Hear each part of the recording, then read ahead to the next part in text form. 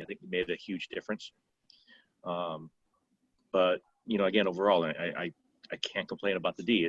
It's what I think we talked about. We wanted, last year coming in, right? We say, hey, we want an aggressive D. We want a D that creates turnovers, and we got what we wanted, and we're seeing the results.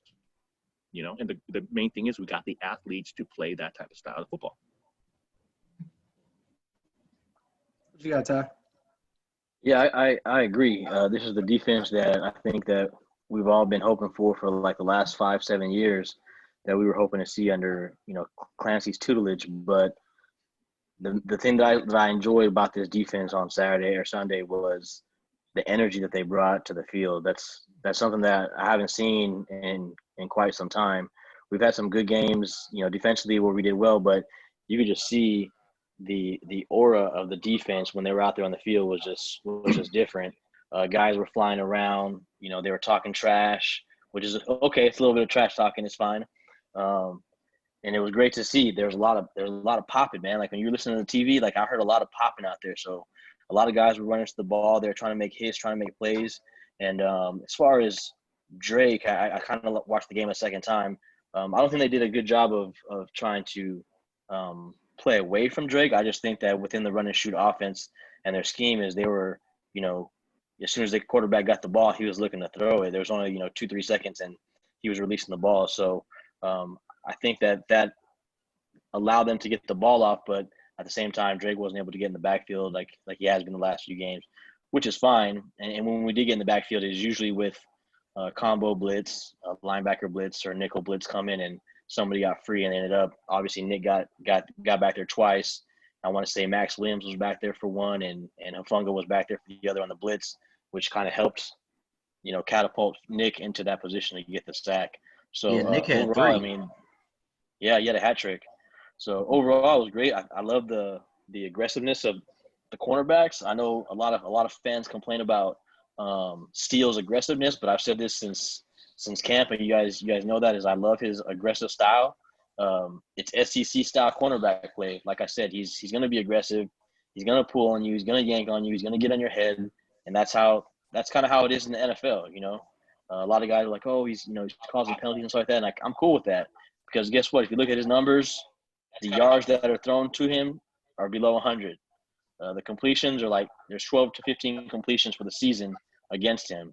Yeah, he has a couple penalties, but he has no big touchdowns on him at all. So he's doing what he's supposed to be doing and locking down his side of the football field. So I think he's doing a fantastic job. I think the defense really shined this last Sunday. Yeah, for me, it's the innovation. It's the fact that we can come out on a team and we can show something that we never shown on film before. It's the fact that we'll play 5 safeties on you. We'll bring Talanoa. We'll bring Talanoa in the box and play him at the mic. So that's even more speed. So now the quarterback Delora, who if you watch him in all his other games, he was a running threat. He got smacked a couple times, and that running threat ended. So those are things I think as far as our big name guys that I guess you would say our premier guys on the defense, as far as what they did production wise, I felt like to Saturday or Sunday, I feel like they were asked to do different things. Drake dropped a lot in coverage, trying to take away that speed out, which was killing us in early. And then when we only have a 3-down set, you need more of a space eater. And then your guy's going to get tired faster because he's going to be taking on doubles more.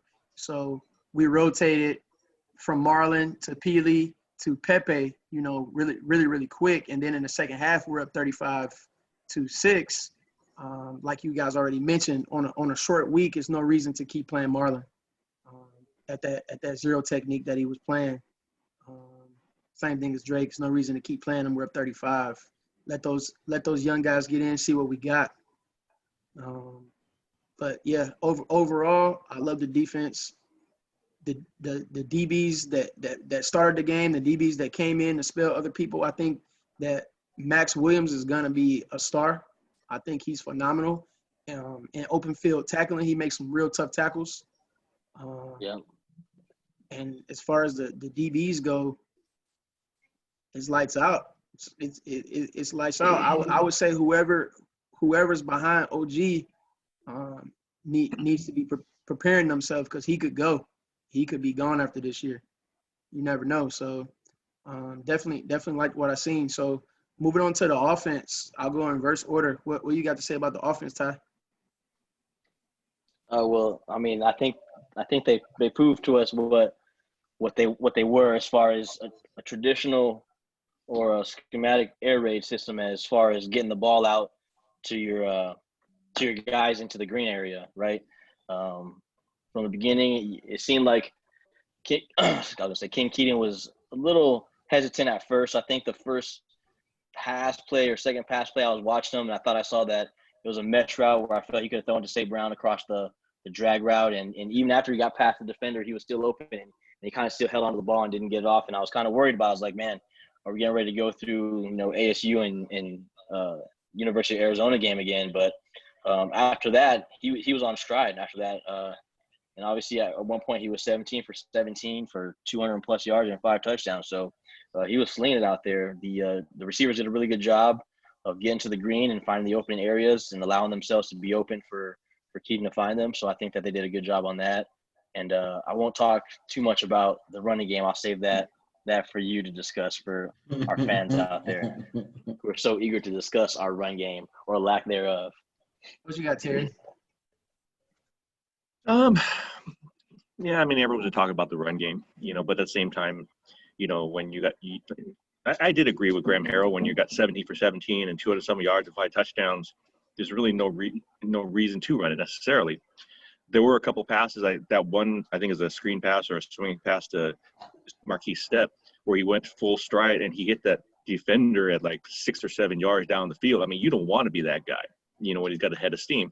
So I was on kind of why we don't, do short passes to the right, running backs more often.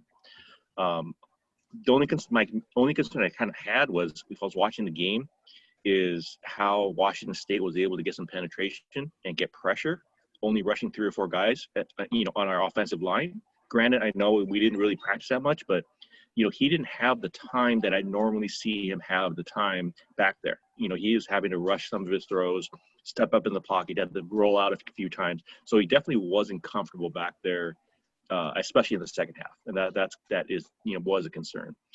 But you can't argue with the production. I mean, we probably could have had 500-600 yards if we didn't have such a short field early in the first half. I mean, we didn't have that many yards because when you're running, 4-yard touchdown drives, I mean, you're not going to have a lot of yards, but you are going to have a lot of points. But he was, obviously he looked like he looked last year. He was confident, once he got in, settled in a little bit.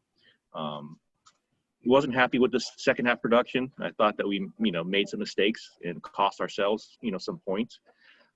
But that seems to be the typical, MO for Clay Helton's teams. They seem to slow down, take a foot off the gas in the second half, especially when we're, doing well. I mean, we saw it, against Arizona State last year. We saw it, the year before against Arizona.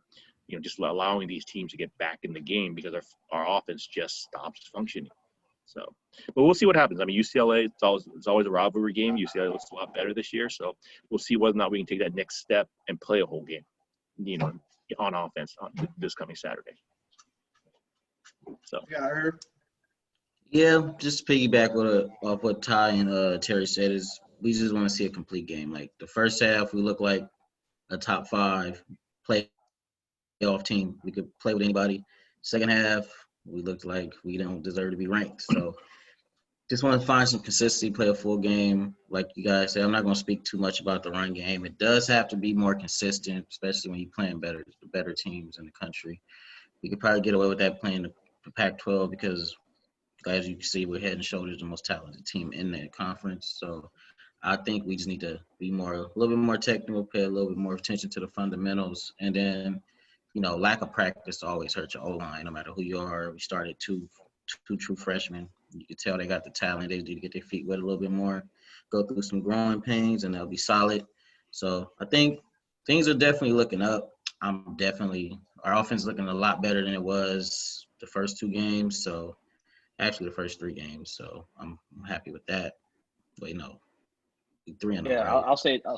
I'll say too that before Mark goes into the schematic details of our offense is that a lot of people probably disagree, but I like to say that I was pretty impressed pass block as far as our line is concerned. We had a lot of young guys on there that were playing their first major, college football game on a Sunday night, primetime television, and they were holding their own. There were some small mistakes, primarily in the run game, which Mark will cover, but I think overall, to allow our quarterback to sit back there and even create pockets for him to step up into and read the field and see the green open and get the ball out to our receivers, I think speaks volumes to how well our offensive line played in pass pro. Yeah, pass pro was pretty darn, probably the best it was all season this game. Yeah. So I'll start off with the things that I seen that were positives. Keaton Slovis was more decisive. There's a couple of times he got greedy, so it looked like he was indecisive, but you could tell a shot was called, and he felt like he had to take that shot. Shot wasn't open, held the ball too long, got blown up. That happened definitely in the second half. Yeah, 80 is a player for Washington State. You're But gonna see him on Sundays. he was 100% more decisive. I felt like he was playing free and loose, like the Keaton we know and love. I personally like the play calling. I think that they gave us man-to-man on the outsides, and we did what we were supposed to do. Hey, let me throw Amon around the slot, run a slot fade concept right over the top on 39, 6 ball. Third and 1, you give me Tyler Vaughns on the outside and zero coverage, fade ball, 6 ball, pitch and catch, look like pat and go. So Too easy. in innovation on goal line with Amon Ra on the jet, using receivers to block, it's different. Now, knowing what we know, there's some things that we have to take into consideration. One of them is that the entire offensive line's first day of practice was Saturday since Utah. You have 2 true freshmen in Jonah Monheim and Cortland Ford. That's huge. That's huge. And I felt like the play caller tried to do what he could do to take care of them the best he could. Now, you can't call no run plays at all, but just like we seen when we didn't have any running backs, what did we do? We adjusted and we went to 5 wide. Well, when your majority players that run power, your 2 guards are brand new, well, you're probably not going to run much power, much counter, much trap. Things are limited. And then when we did try to run it, there was miscues. There was a play to Marquis step in the first half to the right. Big 74 pulled to the right. He pulled B gap. Now, you had double tight set. You had Jude Wolf and Drake London right next to each other in a double tight set. It probably was a B gap call. So Cortland Ford was probably right. Initially, I thought he was wrong, but he was probably right. However, that 5 technique or that end defender probably took an inside route. So what they were probably taught, Jude Wolf and Drake, was to wash him down. If he's going to go inside, wash him down, and then Marquis step, your path should be outside of that. Cortland Ford, if he was more experienced, he would see that end getting washed down. He's going to go around that, and he's going to reach up to the second level and get that backer that way. And that's just simple miscues from him being young. That happened a few times, similar situations to where Jude Wolf was the kick man on a G pull, and instead of kicking that outside backer, he allowed him to squeeze. Well, the hole got so small that by the time Vi ran to it, there was nothing there. He just ran into traffic at a 2-yard gain. There was another time, and honestly, what I seen over the run game was 2 weeks of quarantine for the whole offense. That's what it looked like. 2 weeks of quarantine for the whole offense. You had Slovis in an 8-man box with an RPO called, handed it off instead of pulling it. You had Step on a goal line on a inside zone read where the end defender ran right at Slovis. Slovis did the right thing. He handed it. Step, instead of running to the left where it should have been, he just ran into the middle into 11 people. You know, everybody had miscues on the swing routes that Terry was mentioning. Receivers were whiffing on blocks. There was one that went to Keenan Christian. There was also one that went to Gary Bryant, where if Amon-Ra St. Brown and Drake London hold their blocks on those two respective plays, it's a first down. So just execution overall is what I've seen from the offense. If we execute on 90% of the plays, we score 60 points. That's it. We executed probably less than 50% of the plays. It's just that 20% of them were touchdowns, so it looked good. Yeah. But So why the dramatic drawdown on the second half? I know a lot of people were like, oh, Hilton took his foot off the gas, but I think I agree with you that it's execution. Like, I don't know. So we came out. We came out. We ran it. We got a loss of yards. We threw it, incomplete pass. Then we threw it again, got a 15-yard first down. And then we had another third down, and the ball sailed over Tyler Vaughn's head like 10 yards. It was a bad throw. I think the ball slipped. That was a punt. That was the first punt of the game. We come back, slide protection. They showed double A gap blitz, but they backed out of it. So only a 3-man rush. AVT or Elijah Vera Tucker slid right. Everybody slid right. The front side of the pass concept was right. So which means Slovis's backside was to the free defender, and he just got hit. That was when he fumbled, and then he hit his funny bone. And after that, when Fink had to come in, the rhythm was just gone from the offense. Not to mention in the third quarter, Washington State they went into ball hold mode. If you notice, they had a drive of 7 minutes and 10 minutes in the second half. They had a fourth quarter drive of 10 minutes. They weren't trying to win. They were just trying to keep it close. They just trying not to get embarrassed anymore. That's what it looked like. So, but defensively, they made adjustments too. They did make adjustments. They played a lot more aggressive. They put more people in the box because they said, "Hey, you know what? Honestly, at halftime they went in there and they said, "Hey, we lost this game. We lost this game, but we're not about to let them run up 60 on us. We know they're gonna want to try to run in the second half. Don't let them run." And that was one thing Coach Clay Helton said in his post-game interview this morning was we came out and we expected more zone, and they stayed in man and they loaded the box. And he was like, "That's something that we should have adjusted off of and kept throwing it." So it's just one of those things. And to add to that, we only ran, I want to say 54 plays. 54 plays. If you count I don't want to say garbage time, but if you count the end of the game time with Jonty and Fink in, 20 rushes. We ran the ball 20 times out of 50 plays. Obviously, it was only for like 14 yards if you add in the 25 yards lost with sacks. But I think that at the end of the day, if you can't run inside zone, if you can't run power, if you can't run trap, you can't run counter, no matter what offense you are in, whether you run the run and shoot, the wing tee, the triple option, if you can't run those plays, you're not going to have a running game. It just doesn't matter. Your team has to execute. Your center can't be 4 yards in the backfield before you get the handoff. You can't do that. There was times on draws. So they're man-to-man coverage. They're man across the board.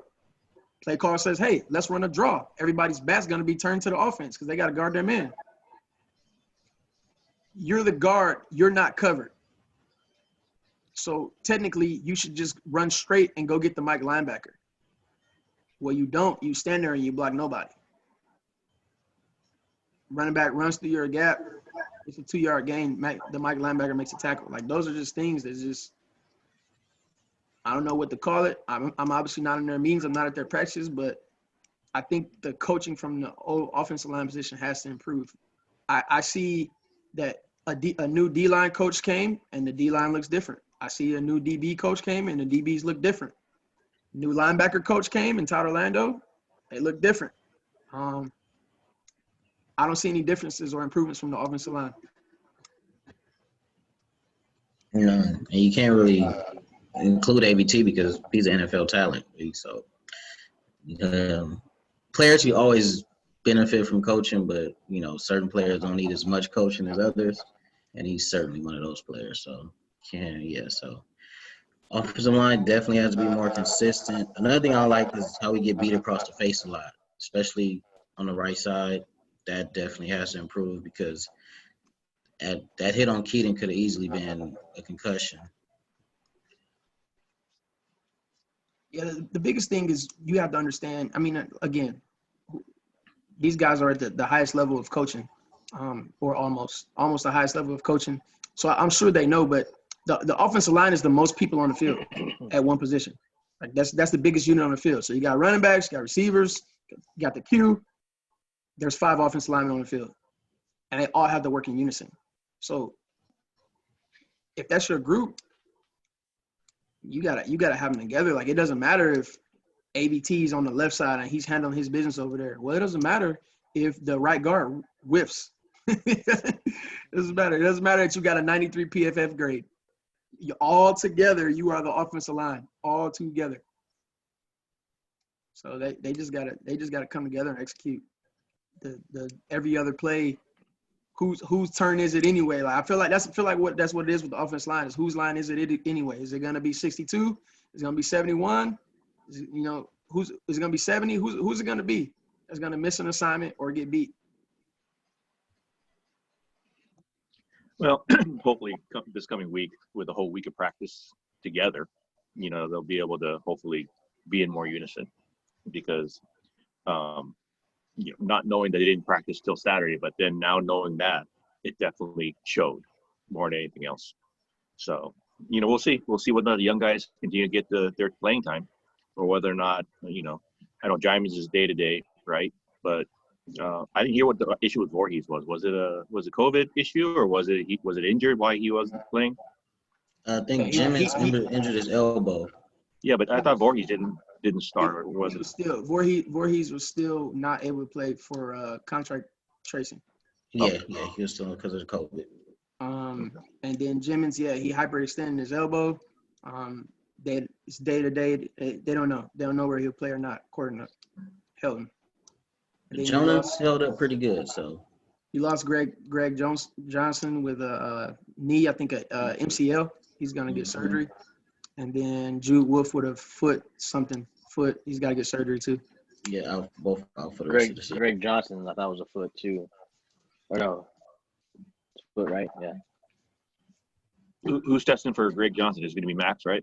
Max Williams? Max, yeah, baby. Max Big Max, dude. Big Max, number 4. That dude's been balling since last year. I remember it was part of the UW game where he came in and got some PT, and from that game you could just tell he was gonna be something to mess with right there. And he's been consistent.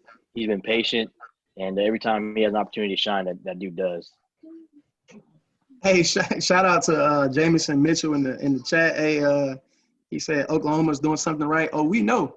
It's funny because we want Oklahoma's O-line coach to be our coordinator, but we want Riley's playbook too. That's either funny. him or the O-line coach from Georgia.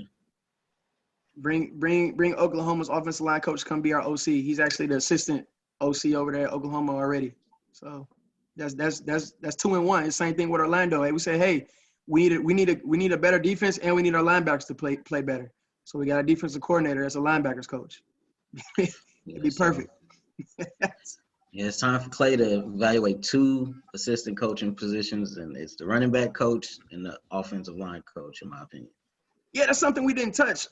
Something that I just don't like. I personally was a running back in high school and for a short stint in college. Same thing with you, Ty. I don't like the running back by committee, especially not with 4 people. That's insane. 2 people, people is good. We can work with 2 people. But if I'm getting 3 plays, and in those 3 plays, I probably get 1 handoff. I can't catch no rhythm. I can't. Rhythm. I can't feel what the defense is doing. I can't feel how fast Cortland Ford pulls on that counter. I don't know. I don't know if I'm gonna be ahead of him. I can't feel anything. I got no feel for the game. Like, and I just feel like that. I just feel like these guys, every time they come in, it's like they're fresh off the bench, like cold. It's just I do not like pick one, pick two, but 4 people, man, I don't like it. Yeah, it's not.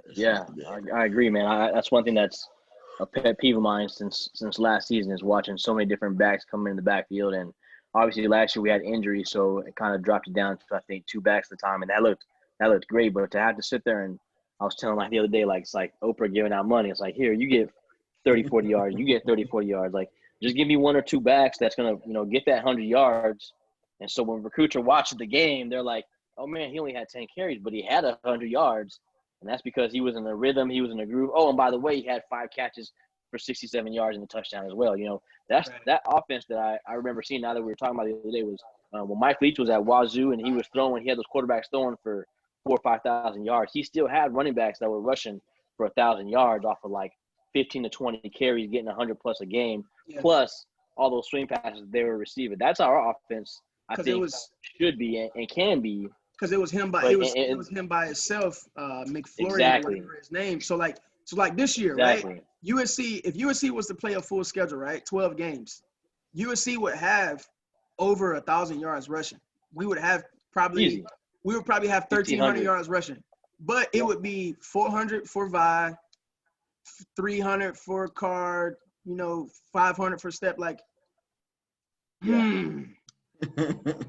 Well, I mean, you got to consider the number of plays as well. I mean, Steph got, I forget, it was Arizona State. He got 20 carries in a game, but then we also ran 90 some odd plays, so you're not gonna get a lot of carries no matter what.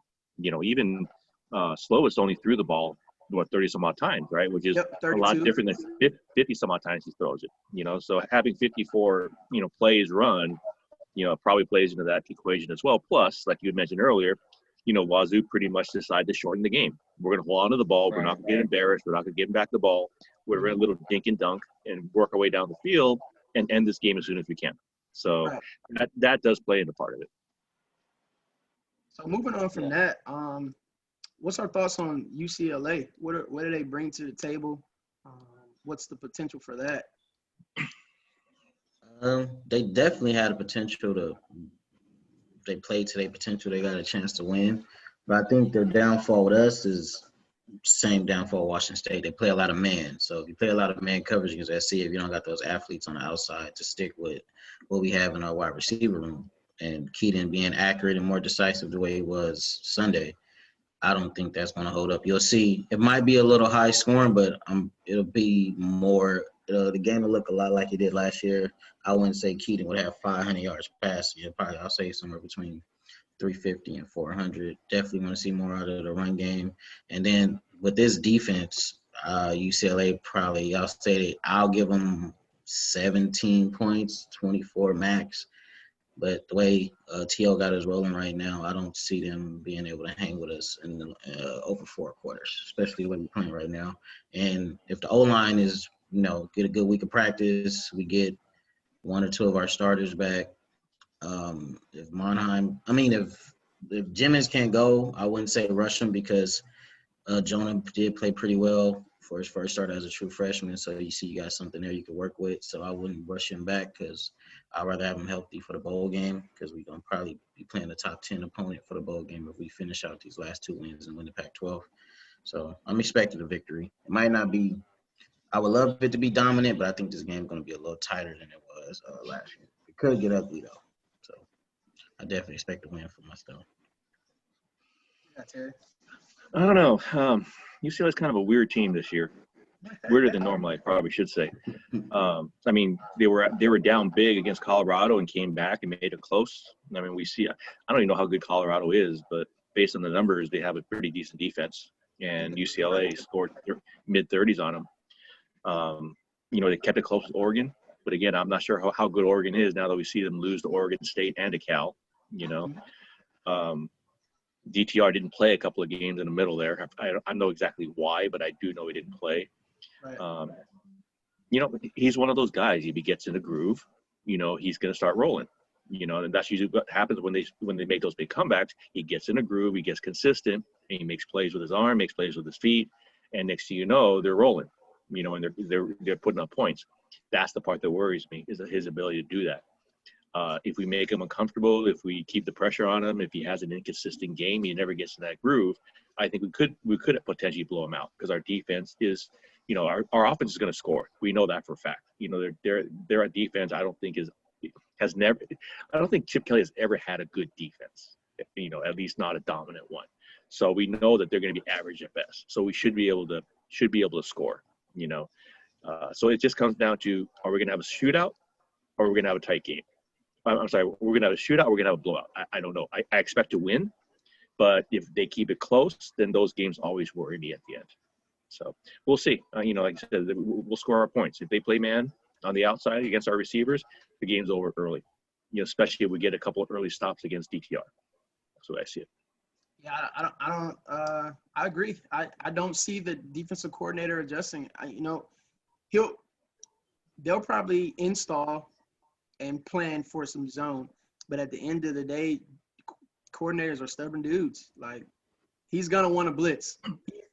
A guy who blitzes is not gonna go a game without blitzing. So, as they said Sunday night, I think Keaton slows is like 85% or something crazy when you blitz him. So, bring it. I expect the run game to look a lot better.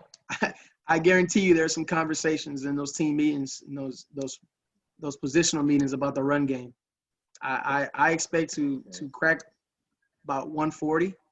I also look forward to the matchup. It's funny. A lot of people were down talking Orlando when he got the job to USC because he had got fired from Texas. Like, oh, we could take in somebody's fired coach. And I was trying to tell people, like, no, that was a scapegoat. Herman trying to save his job for another time. This dude's legit. So it'll be interesting to see the chess match between Chip and Orlando. I know for a fact that Chip is going to be multiple. He's going to come out in 4 wide, and then the next play he's going to come out in double tight. He's going to come out in unbalanced, then the next play he's going to come out in 5 wide. Like, it's going to be interesting to see how fast we can keep up swapping our personnel in and out with how Chip Kelly goes back and forth through his personnel. Because, one play we're going to be in dime coverage. Next play we're going to come and we're going to have to be in our base 3-4. So that's going to be cool to see. If you remember the UCLA game from last year, offense looked good. Clancy didn't adjust. At all. Man, I'm so happy that dude's not our defensive coordinator no more. Man. It was like 52 to 42 was the final score or something like that, which is not good. You mentioned stubborn. That man defines stubborn. Let's be honest. He will not change his ways to save his job, which we saw, and it cost him his job. It's 3rd and longs. Yep. Oh man. Well, that's the thing that I think will be the biggest difference maker this year with Todd Orlando and the defense that we have. And I would presume that Hufanga is going to be in the middle again, because you have a running quarterback to make those stops on those 3rd downs. But I'm not going to sit here and say that it's not a possibility that UCLA comes out and wins this game. They know that we have a lot on the line for us trying to get into the Pac-12 championship. It's a rivalry game. Looking at the scores alone this season, 42 on Colorado, 35 on Oregon. That's without DTR. 25 on ASU, 34 on Cal, 27 on Arizona. So they're putting up some pretty good points and numbers this year. And when you think about the recruits that they got the last couple of years, which has been pretty bad, like they're holding their own. They're doing pretty well. Yeah. The defense right now seems like it's bend but don't break, and their offense with DTR is exceptional. Like, the kid has stepped up. He's had a couple of almost 400-yard games already this year. Tackling a couple of 50 to 100 yards rushing as well. So as a junior, he's doing pretty well. So if we can contain DTR and manage him, it should be a blowout, because I don't anticipate them stopping our offense at all. And they can run the ball. Right, they can. But when you go athlete for athlete, I think that we are far more superior, and we should be able to handle them. But it's a rivalry game, so you just never know. Like, I was gonna say that, like, people think about Chip from the Oregon days of fast tempo and slinging it. Like, no, Chip was running for over 2,000 yards a season. Chip's a power run guy all day. He's gonna line up and he's gonna see if you tough. He's gonna test you. So it's gonna be interesting to see with obviously the circumstances that we got at linebacker with the depth. I mean, I love Kanai Maga, how physical and aggressive he plays. A 3-4, and when they're running a double tight, that's perfect for a Kanai Maga. When Kanai Maga knows that you're running right at him, he's at his best. So if they're going to do that, they're going to run ISO, I think that's not going to work out for him. So I look forward to seeing us in our base 3-4 that we came out in against Utah against. I think it'll be much of the same. What we seen from Utah, their running package is going to be what we're going to see from Chip Kelly, his run package. Double tight. He's going to do some motions, right? He's going to double tight to the left, and he's going to bring the jet to the opposite side to try to get you in motion. He's going to run that ISO that way. It's going to be those things. The things that got us last year, the misdirection and all that, they did a little reverse on us for 50. That's what they're going to do this year. But That's not happening this year. But I think the big difference this year too is we got, a guy like Drake Jackson on one side. We got Echols, who's been playing his butt off on the end. These guys are going to contain the outside, so everything's going to be funneled probably inside. And like you said, when we have guys like Mauga and then Hufunga in the middle, DTR don't have a lot of places to go. He's going to get his scampers and his runs and whatnot, but it's not going to be as open and freely as it was last season. No, I actually think I with what I've seen since Utah and then this past Sunday, I actually think that we could get close to shutting UCLA out. Obviously, we're going to play man on the outside. From what I've seen, nobody in the conference is beating Steele or OG on the outside. DTR, I mean, let's be honest, he's not the best thrower, right? So how are you going to move the ball?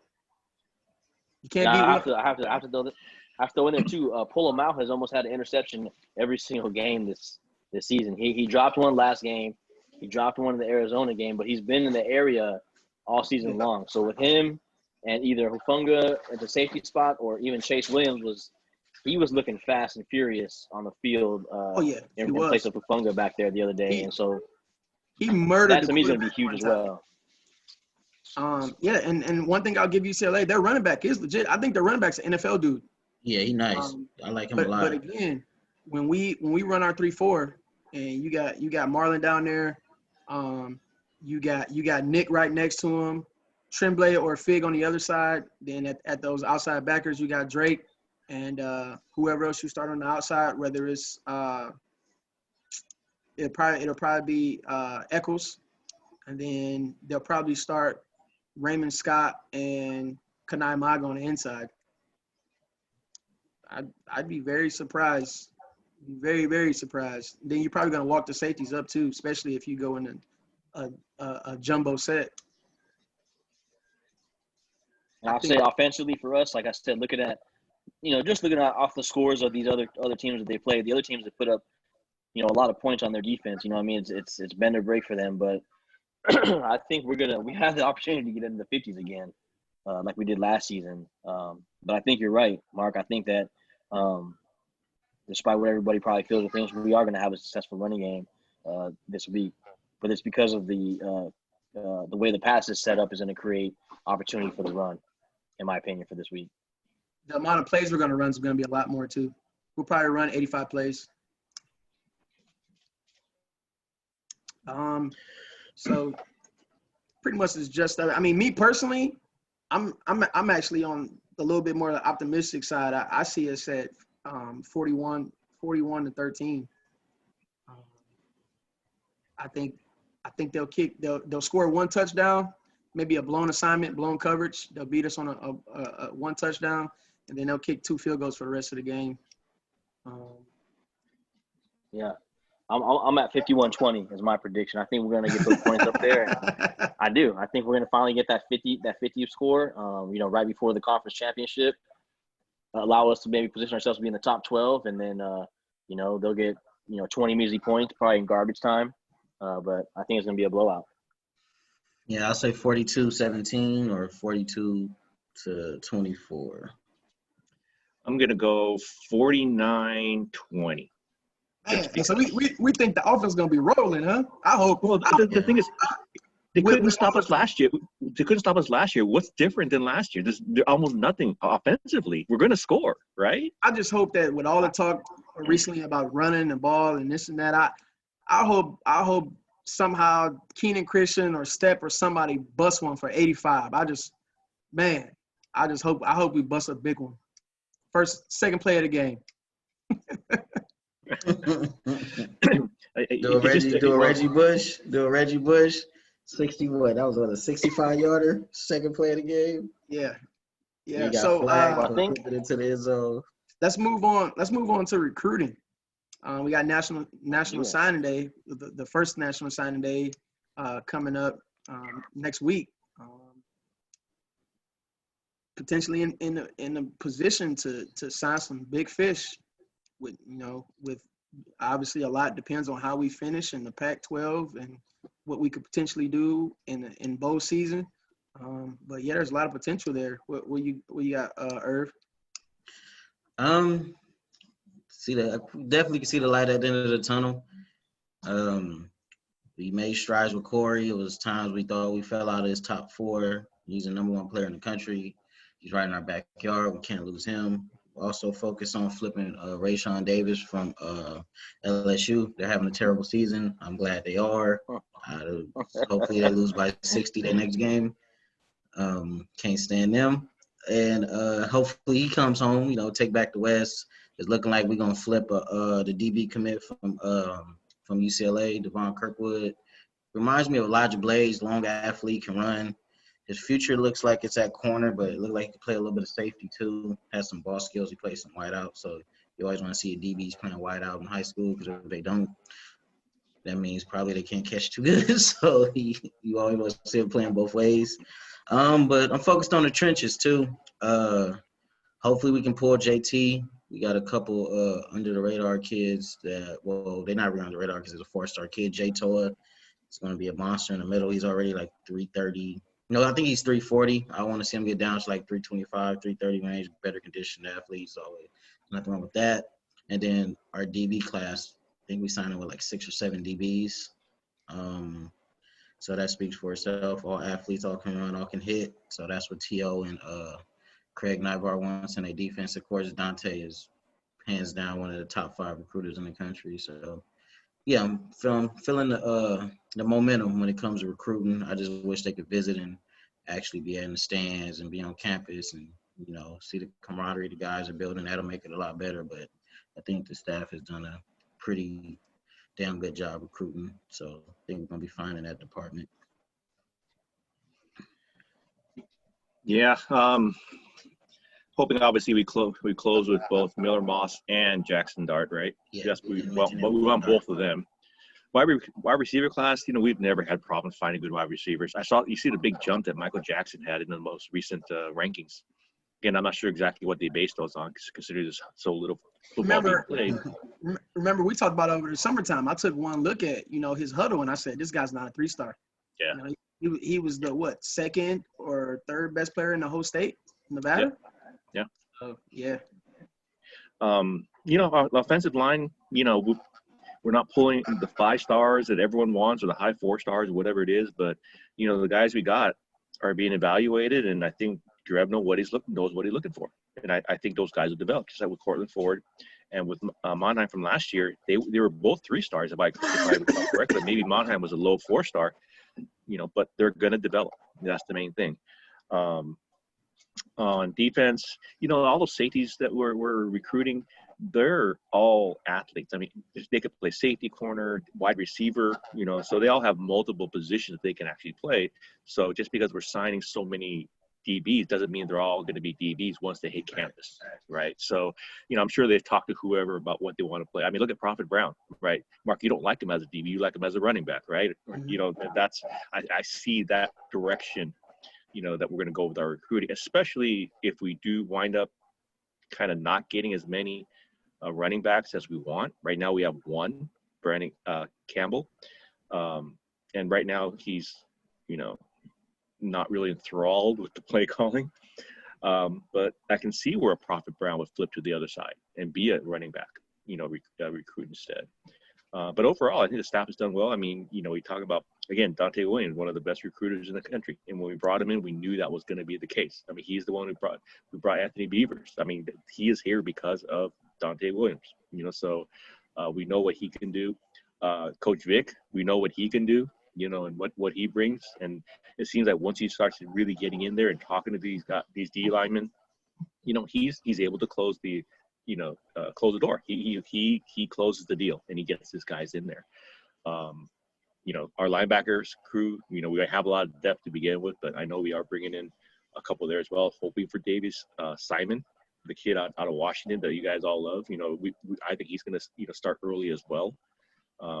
So overall, top to bottom, I like the class.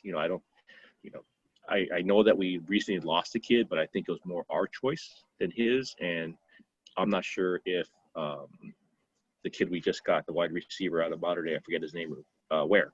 I'm not sure if that was. I'm not sure if that was why, or maybe we're gonna get somebody else. Maybe Kirkwood, right? David Kirkwood. Yep. Maybe he's the guy we get because we lost the other guy. I mean, and those things do happen. I mean, it goes both ways. It's recruiting, and kids change their mind, and teams change their mind too, and they reevaluate and say, hey, this kid didn't develop this past year, these 2 years since we offered him, so we're looking elsewhere. That is going to happen. It's just the nature of the business. So I actually expect a few other guys to possibly not be part of the class if we have other guys that we think potentially we could pull in, and I can see that happening. It happens every year. So, but we'll see. We'll see how we finish next Wednesday, and we see how many kids are still out there between next Wednesday and the first Wednesday of February, which is the final signing day. So we'll see who changes their mind and who flips it around. Yeah. You got that? Yeah, man, I'm really excited about this class as well. And right now 247 has us ranked nationally at number 10, Pac-12 ranked number 2. If we finish this class top 10, I'll be happy with that. We got a lot of young guys on our team currently, a lot of freshmen and sophomores that'll be returning next year. So it'll be good to bring in another top 10 class. Excited about Miller Moss having that quarterback. His play is phenomenal. After reviewing Jackson Dart's film, I'm hoping that we get a commitment from that guy. As you and I discussed before, he has that Darnold mobility with that Aaron Rodgers gunslinger mentality, and he's pretty accurate. So that's going to be exciting to see him battle it out with Miller Moss here in the next few years. I'm hoping we have a chance to really keep Quay Davis. We're hearing that he might potentially decommit, but if we can keep a guy like that from Texas with that speed and athletic ability to add to our already dynamic receiving core, I think that'll be exciting for us. Julian Simon, the big fella that's been a man since 8th grade. Like, I think that's probably one of my favorite commits that we've had since he committed. Super excited for him. And I think we've all discussed that we'll probably see him, like Terry said, we'll probably see him get a lot of early playing time, especially with one of our linebackers in the transfer portal now.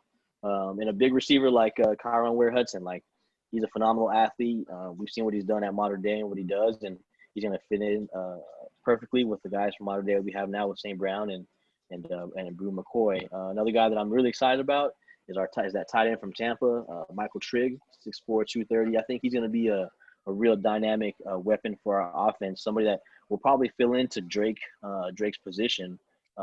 Even though he's titled as a tight end, he'll be, like you said, in that wide position. I think he's going to be able to cover the field the same way Drake does. I'm not sure how fast he is, but he'll definitely be able to make the same plays that he is.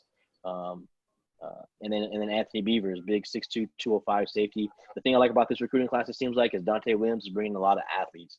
So they're playing safety, they're playing cornerback, but really what they're doing is they're looking for guys that can play in this defense. And if you paid attention to this last game against Wazoo, a team that runs the run and shoot, that's capable of throwing the ball and then running when they need to, we stuck a lot of athletes out there. At one point, we had like 6 DBs playing out there, and they were shutting down that offense. So based off this recruiting class, it looks like that's what they're trying to do, is they're trying to recruit athletes for every single position in that secondary and of course in that linebacker position. If you're gonna get a guy like Hafunga in there who's only like 6'1", 6'2", 215 to play in the middle and make plays the way he did, that's phenomenal. Go get those athletes that can make those plays. So I'm excited about this class. Hopefully we can close it with Corey. Hopefully he sees those numbers that we posted that Sosna posted on Twitter today about how explosive our defense is this year, not only for the Pac-12 but in the country. We're number 1 and number 2, number 3 in a couple statistics in all of the NCAA. So for guys that were saying, hey, I want to see improvement from last season, I want to see what the defense is about, those numbers and that play the last couple of games is showing it right there. So hopefully we can get a commitment from a guy like Corey Foreman and potentially we can flip Davis, like Irvin said, and we'll be on our way to maybe a top 5 class. Yeah, you guys pretty much smoked it. A couple guys that I think I'm also excited to. Now, not committed yet. We're still talking about prospects, but I feel really, really good. Scott Schrader, plug if he's still watching, but Joe Manjak out of Texas. Initially, I wasn't high on him. Then I went back and watched some more of what he did. Dude's a beast. 6'3", 215. Again, another body kind of like that Drake London body. He's an athlete. He catches jump balls. He contorts his body. He runs after the catch. He's a dude. Does it all with no gloves on too. You gotta love that. They love him down there in Texas. He's got commercials. He's got highlight films. He's a star down there. Three sport athlete, I believe. Played baseball, track, and football. Okay. Obviously, the movie star, Hollywood, Sierra Wright. That should be his nickname off jump, Hollywood. Mm-hmm. So that's another corner. And just like Ty was saying, in the majority of the game Sunday, we played 7 defensive backs at one time. So, I think that's what this coaching staff knows, and I think that's their vision is, and that's what they're telling these kids is like, hey, we got to play 7 dudes at the same time.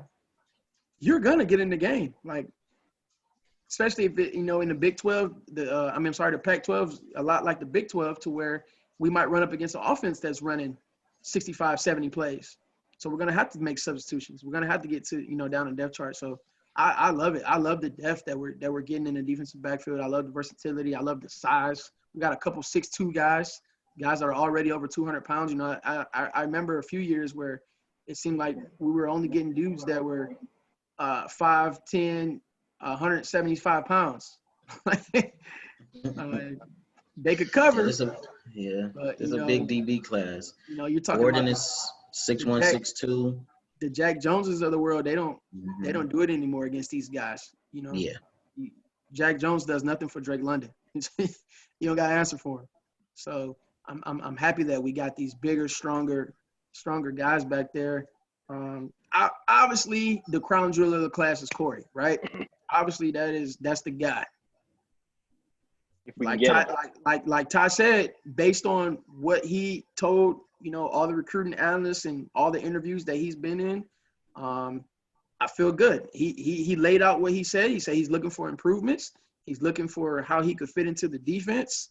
His ultimate goal is to go to the NFL, obviously. He's looking for us to be in the national discussion.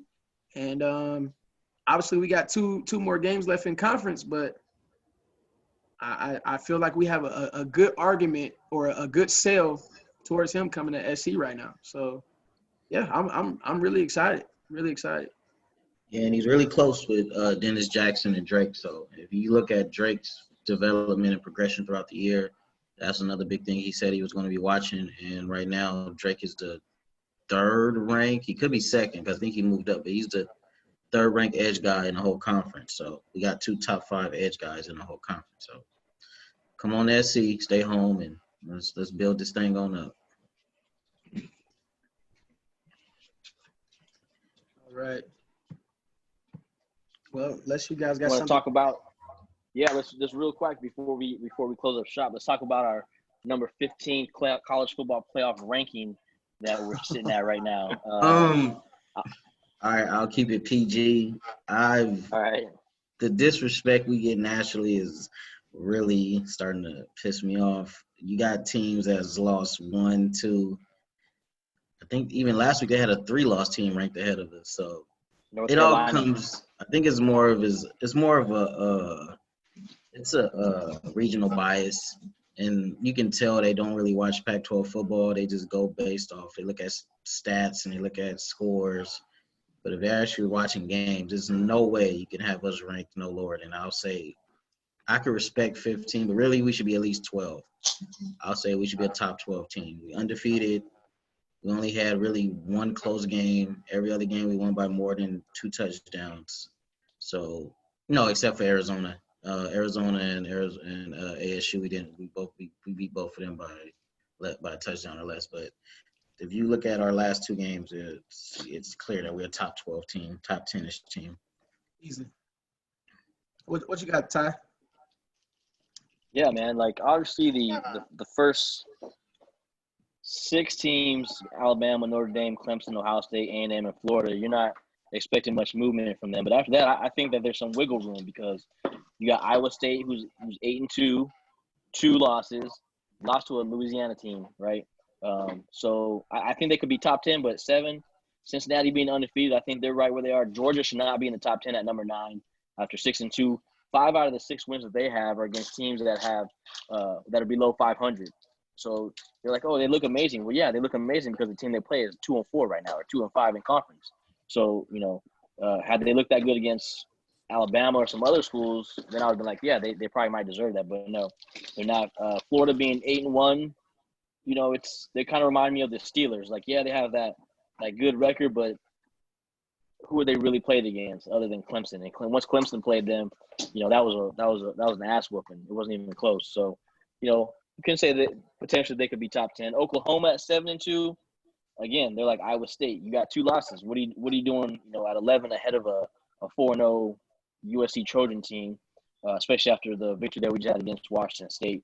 And then Indiana at 6-1 at 12. I can see that because they beat every single blue blood except for OSU in the Big Ten. And they could have beat OSU where they lost by 7 points. So I could see them being at 12. I'd like to see them a little bit closer, probably 9, taking Georgia's spot.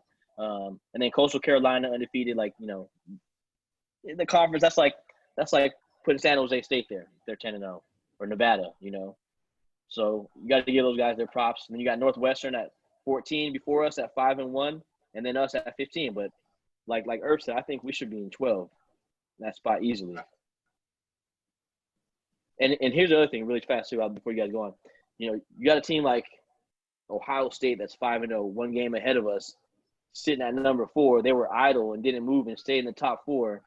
And then when we were idle at 3-0, they moved us from 17 to 20. And then we come back and whoop some ass, and they brought us down to 15. So I think they did that on purpose. But had we stayed at 17, we'd probably be in the top 12 right now after this win, after the idle week that we had. So I think, everything west of the Mississippi gets no love. They get no looks. And, I think this college football playoff committee needs to change. I think there are 2 factors taken in place here. Number 1 is the Pac-12, Larry Scott. We're a weak conference factor is number 1. And number 2, I don't want to say it, but it's the Clay factor. It's the lack of respect that Clay Helton gets as a coach. All across the country. Ask any blue blood program, and they'll say, "What the hell? Why the hell is Clay Helton the coach at USC?" It doesn't add up. It doesn't match. That being said, I think Oregon starting number 8 in the nation, or ranked number 8 at the beginning of the year, and losing to Oregon State and Cal doesn't help our case. Washington losing this past week to Stanford, who was 1-2 or 1-3, doesn't help our case. It's just the overall perception that the Pac-12 is weaker than the other conferences. I don't necessarily agree with it. I don't think we're weaker than the ACC, with the exception, obviously, of Clemson and Notre Dame. I don't think we're weaker than the Big 12. Because we see this year that if Iowa State is the second best team in that conference, that tells you just how bad that conference is. I think they're in first place. Yeah, Are they? Yeah, they're in first place. Who did they lose to? Louisiana Tech or some shit like that? Yep. Come on. That's your best team? Come on. You're going to tell me that team? And Oklahoma. Yeah. But, Oklahoma's good, but Oklahoma's also lost twice. The Big Ten, you've got Penn State that barely won 1 or 2 games finally. They were what? They was 0 ranked number 6 to Yes, start the season. right. Michigan's horrible. Michigan State's horrible. Michigan You can't sit State. there and tell me. All right, okay, fine. Ohio Wisconsin. State. Wisconsin's Ohio State's 2-3. good. Wisconsin's good. Indiana's, a lot better than we give them credit for, probably. They're a surprise this year. And But Minnesota the boat just crashed. Northwestern's good. I don't think so. So again, it's strictly the perception that has been created. I started to say it's because of Larry Scott. The way he has handled the conference is exactly how the conference is perceived. That's my opinion. Yeah, That's my argument too. Is that like when we lose to each other in the conference, it's called national media says, oh, the conference sucks. When the ACC or the Big Ten are eating each other alive, it's competition. There's competitive in that. Well, what's the difference? Everybody's eating each other up except for the top dogs of the conference. And really, it doesn't matter unless you're the top dog of the conference, because those are the four teams you're looking to go to the playoffs anyway. So everybody else is irrelevant. Well, the reality is, too, though, is we didn't have this issue when Pete Carroll was here, and we were winning, and we had great teams, right? But we didn't have that issue. Even when Lane Kiffin was here, we were ranked number 1 going into that one year. We stunk up the bed, but still, they thought enough of USC as a program to rank us number 1. We haven't had that issue until the last 6 or 7 years. So the biggest thing is, like you said, it's what we've done under a certain person, right? I strongly feel that the playoff committee, they don't 100% rank off of the current year that they're in. So we're in 2020. They are not 100% making rankings based on 2020. They're making rankings back up 2019, 2018. All right. Ohio State only played 4 games, but we know what we usually can expect from Ohio State. So as long as Ohio State doesn't shit the bed, we're going to push Ohio State in the playoffs because we know that they have the talent, at least, to be a top 4 team. I don't think that's fair. I don't think that's the right way to do things. But there's a lot of other things than just playing football involved in NCAA athletics, right?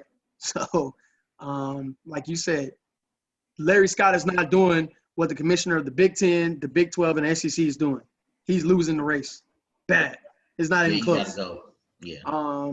He's the highest paid commissioner in all of college football. It's not even close. He makes double what the SEC commissioner makes. One thing I will say though is we have to be better at controlling what we can control. Yeah. We have to be better at covering the spread. If they're gonna give us a 12-point spread, we don't need to win by a last second onside kick touchdown. We go play Iowa in a bowl game, we can't get boat raced. We go play Ohio State in the Fiesta Bowl, we can't get boat raced. We schedule Alabama, we can't lose 52-6. Yeah. Those are still fresh in people's memories. Like when they think of USC, they think of Alabama 52-6. So until we play another Alabama type team and it looks different, well, every time you think about USC and ranking them in the top 10, you're gonna be like, man, they got boat race. Yeah, but Mark, what is the common denominator for all those games you just mentioned? What's the common denominator? CH. Play held. Right? Perception. It's all about perception. Hey, that man has a contract until 2023. What he wants to do. I mean, if my name was Bond, his ultimatum for 2021 would be playoff or bust. But obviously, I'm not an AD of a big university like Southern Cal that's had all type of other things bigger than football going on. Yeah. We haven't heard that much from Bond this year either. It's kind of crazy. He came onto the scene last year, and he was everywhere. I haven't seen or heard anything, or from Sosna for that matter either. He's been quiet. And it's behind the scenes, running things the way they're supposed to. Yeah, I think as the AD, obviously when he was new, he was on the scene and everybody wanted to hear from him. I think he realized that his role should be more behind the scenes, and then speak ever so often when a big event happens, like COVID, obviously. Yeah, he learned his lesson because when he came in, he was tweeting and he was making statements that it was. We talked about this. It just burned people. Our silent my God. Our silent commits that we have. Yeah. Our 5 silent commits. I'll talk to the fans. I'll talk to the fans and they'll come back. It's like, really? Are we that stupid? I was gonna drop an F-bomb right there, but I decided not to.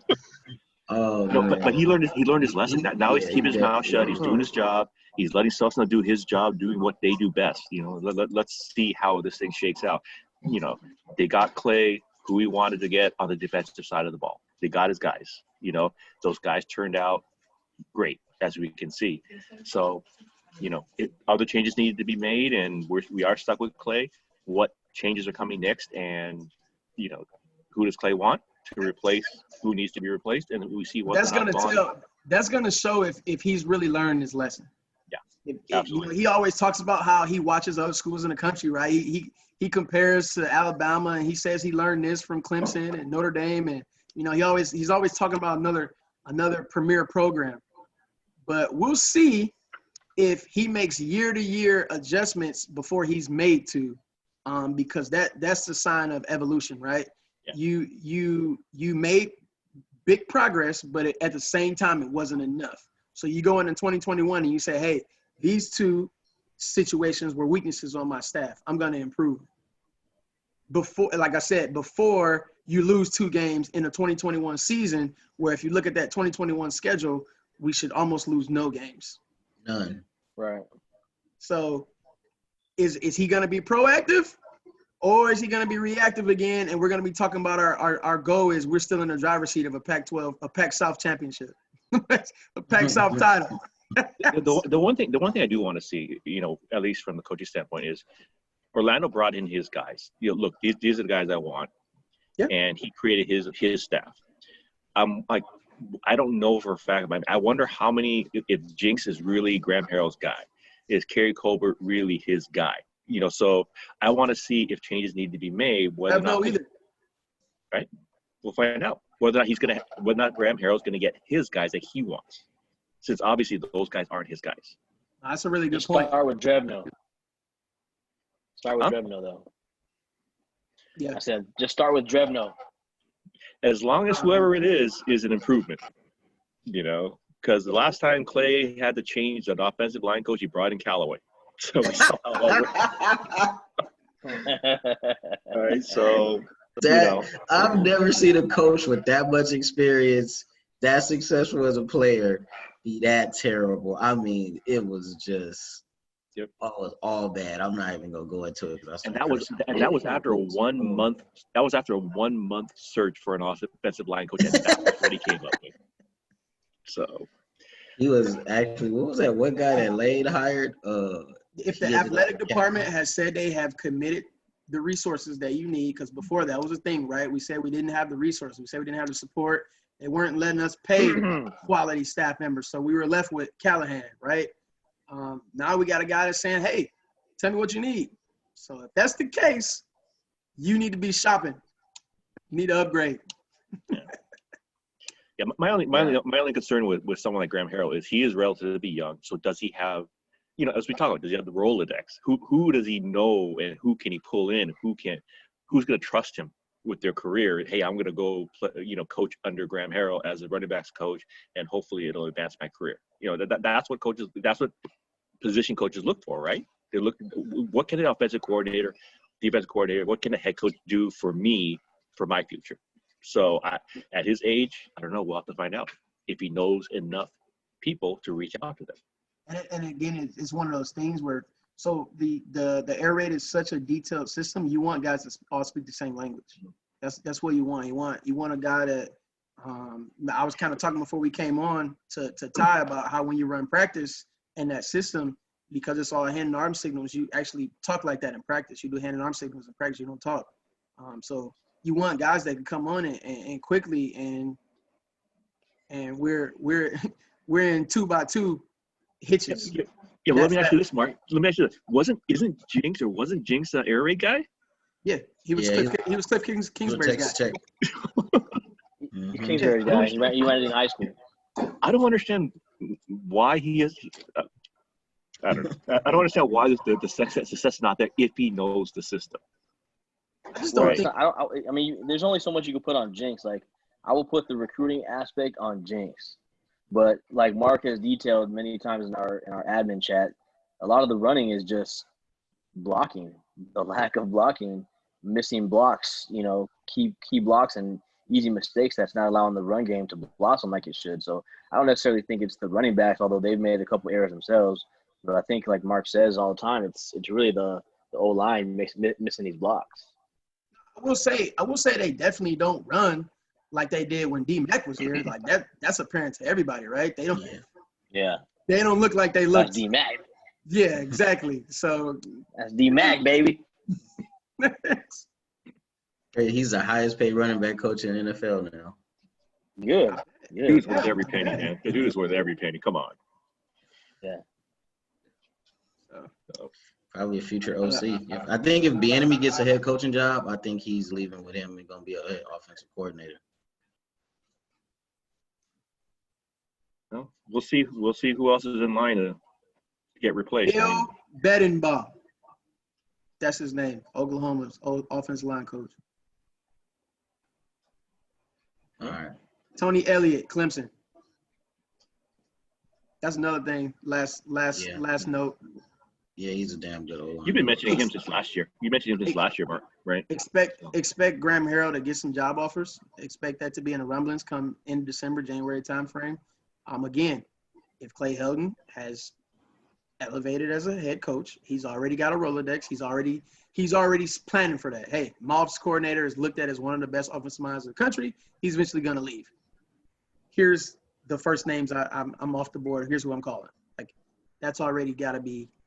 Hopefully, if you put yourself on that elite level, if you're Nick Saban, if you're, obviously he's probably shouldn't be in the same conversation as Nick Saban, but if you're at a program like USC, you got to have that. Nick Saban loses staff every year, and he's always got a new guy. He went from Loxley to Kiffin to Sarkisian, like back to back to back. They didn't miss a step. Like.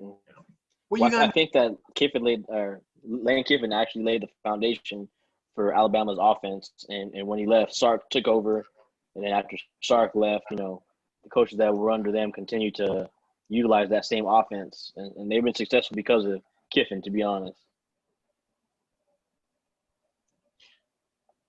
Kiffin's problem wasn't, his X's and O's and his. It was just his personality. It was strictly his personality. He just didn't know how to handle any success, and it was too much pressure because the more successful he was, the higher the expectations. I mean, that was Kiffin. No one ever questioned he didn't have a good offensive mind. Then he stopped coaching to win. Yeah, it was pretty bad at the end. Yeah. Bubble screen after bubble screen after bubble screen. I guess we'll cut it on that note. All right, guys. Get back together soon. Hopefully, do a Sunday recap at UCLA.